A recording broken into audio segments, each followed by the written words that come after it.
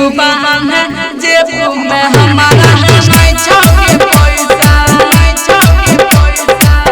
के बहिन नहीं राखी तू बांध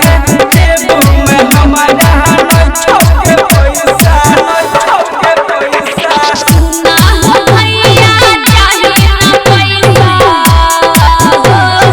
सुना हो भैया चाहिए ना पैसा जन्मो जन्म मिले भाई तोरे जैसा के बहिन नहीं राखी तू बांध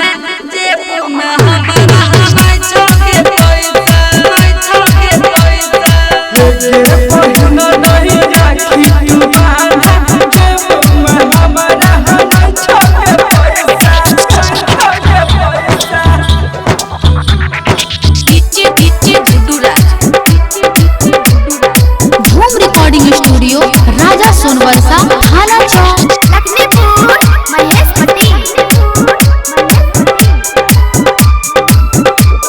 एक ताला तारे हम छियै गरीब के छियै गरीब के एक ताना चाचा हम छियै गरीब के ऊपर से फूटल छै हमर नसीब के हमर नसीब के लाखों में एक हमर भैया छो लाखों में एक हमर भैया छो सबके मिले बस भाई तोर जैसा के बहिन नहीं राखी तू बांध जेब में हमारा नहीं छौके पैसा के बहिन नहीं राखी तू बांध जेब में हमारा नहीं छौके पैसा नहीं छौके पैसा डीजे गुड्डूराज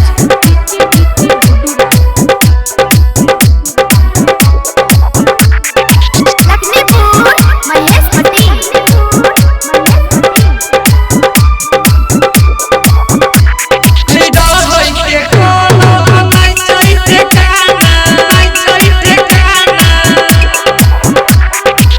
होय के खाना गेले छोटे खाना मारो छै ताना देखता जवाना देखता जवाना कहो छरुचि सहनी हो भैया